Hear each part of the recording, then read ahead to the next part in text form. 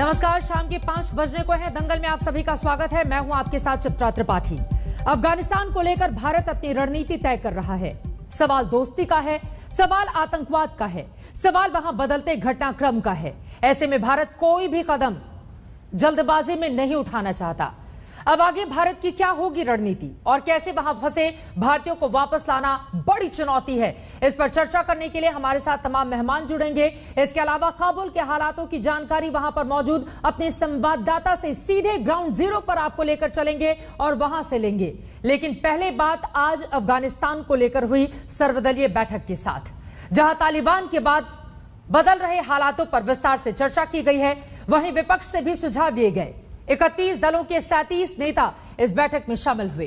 क्या कुछ हुआ इस बैठक में और क्या है भारत की आगे की रणनीति, इस रिपोर्ट में देखिए। उसके बाद करेंगे चर्चा की शुरुआत।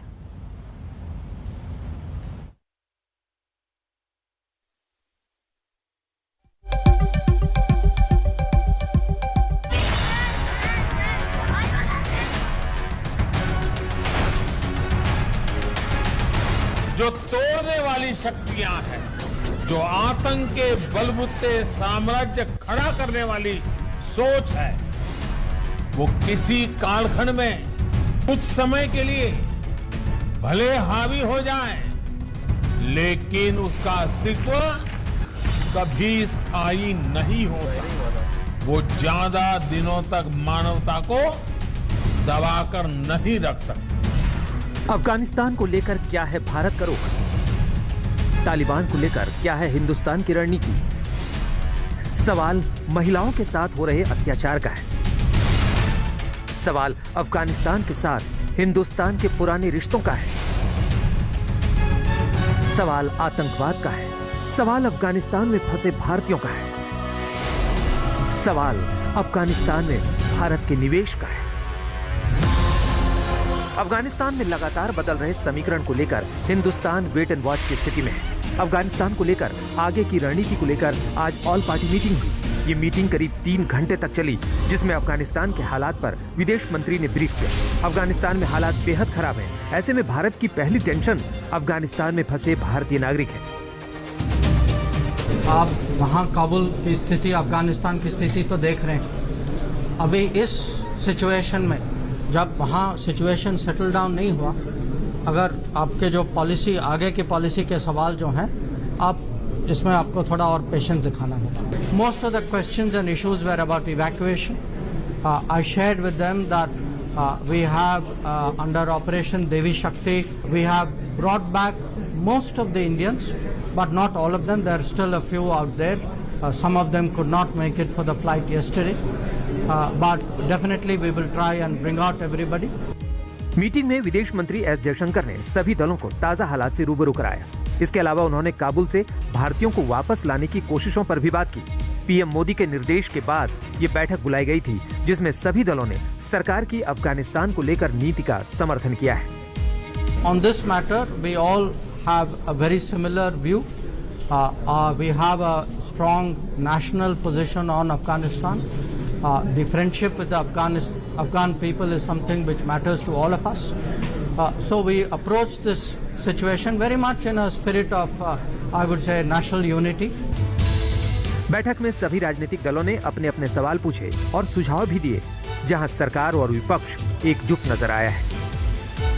देश के हित में सारी चीजें पब्लिक भी नहीं भूल सकती। वहाँ जो हमने कहा, देश के हित में जो करना चाहिए वो सब मिलके करना चाहिए। मीटिंग बड़ी लंबी रही, प्रेजेंटेशन दिया गया, उस प्रेजेंटेशन कॉपी दी गई, जितने सवालात उठाए उसका जवाब गोल मोल करके दिया गया, मगर जो हम सवाल उठाए उसका हमको जवाब मिलना था, नहीं मिला। हम लोगों ने प्रश्न पूछा कि कितने लोग फंसे, एग्जैक्ट पोजीशन नहीं बता पाए, लेकिन उन्होंने कहा हम कोशिश करेंगे, जैसे ऐसे अनुवाद करें, हम देख रहे हैं कि क्या स्थिति हुई, जैसा देखेंगे। हमने कहा वेटेड वाच के साथ साथ आपको प्रैक्टिकल भी होना चाहिए, रियलिस्टिक भी होना चाहिए। कुछ और लोग हैं जैसे बाकी सेंट्रल एशियन कंट्रीज है, रशिया है, वो अपने उनके साथ अप्रोच कर रहे हैं। तालिबान को लेकर भारत अभी वेट एंड वॉच की स्थिति में है, जहां जल्दबाजी में किसी निर्णय तक पहुंचना खतरनाक हो सकता है। इस बात पर विपक्ष भी सहमत नजर आ रहा है। सामरिक हितों को देखते हुए जो जियोपॉलिटिकल सिचुएशन है अभी भारत को कुछ दिन वेट एंड वॉच की स्थिति करनी चाहिए। इसमें दो संदेह नहीं है कि अल्टीमेटली जो वर्तमान तालिबान का नेतृत्व है उसका अफगानिस्तान के बड़े हिस्से पर कब्जा है। भारत अफगानिस्तान से अपने सारे कूटनीतिक स्टाफ को वापस बुला चुका है और ऑपरेशन देवी शक्ति के जरिए वहां से अपने नागरिकों और अफगानियों को वापस ला रहा है। 16 अगस्त को 80 भारतीयों को वापस लाकर इसकी शुरुआत की गई थी और अब तक भारत 800 से भी अधिक लोगों को वापस ला चुका है। विदेश मंत्रालय ने बताया कि अफगानिस्तान में भारत सरकार की हेल्प डेस्क पर करीब 15,000 लोगों ने संपर्क किया। तालिबान को लेकर प्रधानमंत्री नरेंद्र मोदी ने अपना रुख साफ कर दिया है। पीएम पहले ही कह चुके हैं कि आतंकवाद के साथ किसी भी तरह का हिंदुस्तान कोई समझौता नहीं करेगा। मुद्दा देश की विदेश नीति का है, मुद्दा आतंकवाद से जुड़ा है, मुद्दा अफगानिस्तान के साथ संबंधों का है। ऐसे में सरकार विपक्ष की राय लेने के बाद आगे की रणनीति तैयार करना चाहती है, जहां सारे दल एकजुट नजर आ रहे हैं। दिल्ली से हिमांशु मिश्रा के साथ आज तक ब्यूरो। मिशन अफगानिस्तान, एकजुट हिंदुस्तान, लेकिन इन सब के बीच जरूर कुछ ऐसे सुर हैं जो हिंदुस्तान में भी अब अलग और इतर दिखाई दे रहे हैं इस सर्वदलीय बैठक के बाद। जैसे ओवैसी साहब ने अब सरकार की अफगान नीति पर लेकर सवाल पूछ लिए इस बैठक के खत्म होने के तुरंत बाद। लेकिन इन सब के बीच भारत, अमेरिका, ब्रिटेन समेत कई देश लगातार लोगों को काबुल से निकालने में जुटे हुए हैं। इस बीच फ्रांस की ओर से फैसला लिया गया है कि वो 31 अगस्त की डेडलाइन से 4 दिन पहले ही यानी कि शुक्रवार से अपनी उड़ानें बंद कर देगा।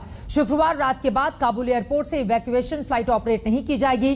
तो वहीं दूसरी तरफ अमेरिका ने कहा है कि हमारी सेना का मिशन पूरा करने की 31 अगस्त की डेडलाइन के बाद भी काबुल एयरपोर्ट को खुला रखा जा सकता है। अमेरिकी विदेश मंत्री की ओर से कहा गया है कि काबुल एयरपोर्ट से ऑपरेशन जारी रखने को लेकर कोशिशें लगातार जारी हैं और देखना है कि इसमें दूसरे देश किस तरह की भूमिका निभाते हैं।